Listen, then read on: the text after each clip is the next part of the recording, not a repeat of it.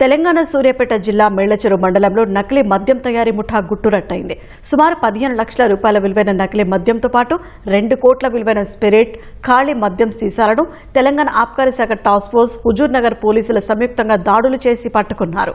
మేళ్లచెరువు, చింతలపాలెం మండలాల్లో అక్రమ మద్యం తయారీపై నిఘా పెట్టగా విషయం బయటపడింది. నిందితులు హైదరాబాద్ నుంచి స్పిరిట్ తీసుకువచ్చి తెలంగాణ ఏపీ సరిహద్దులో ప్రముఖ బ్రాండ్ల పేరుతో మద్యాన్ని అమ్ముతున్నట్లు గుర్తించారు.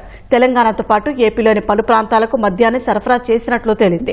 రాష్ట్రంలోని మార్కాపురం, రేపల్లె, అమలాపురంతో పాటు మరికొన్ని ప్రాంతాల్లో ఈ ముఠా మద్యం అమ్మినట్లు గుర్తించారు.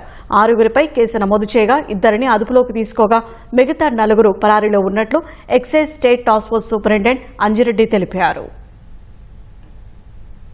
ఈ స్టాక్ అంతా ఇక్కడ నిల్వ ఉంచడానికి ప్రధానమైన మహేష్ అనే వ్యక్తి పల్నాడు జిల్లా దుర్గి ప్రాంతానికి చెందిన వ్యక్తి.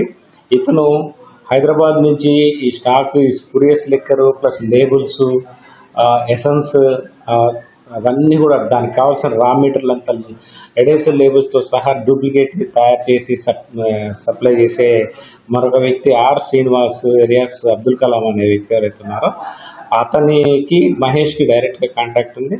ఆ మహేష్ని కూడా అరెస్ట్ చేయడం జరిగింది. మహేష్ మరియు రైస్ మిల్ యజమాని ఉన్నారో ప్రకాష్ దీన్ని ఆశ్రయం ఇచ్చి ఈ స్టాక్ అంతా తన దగ్గర పెట్టుకుని ఈ స్పురియస్ లిక్కర్ రాకెట్ నడవడానికి అతను ఫెసిలిటేట్ చేశాడు. వాళ్ళిద్దరిని కూడా ఇంట్లో తీసుకొని అరెస్ట్ చేయడం జరిగింది. దాదాపుగా 15 లక్షల రూపాయలు విలువైన మద్యాన్ని స్వాధీనం చేసుకోవడం జరిగింది.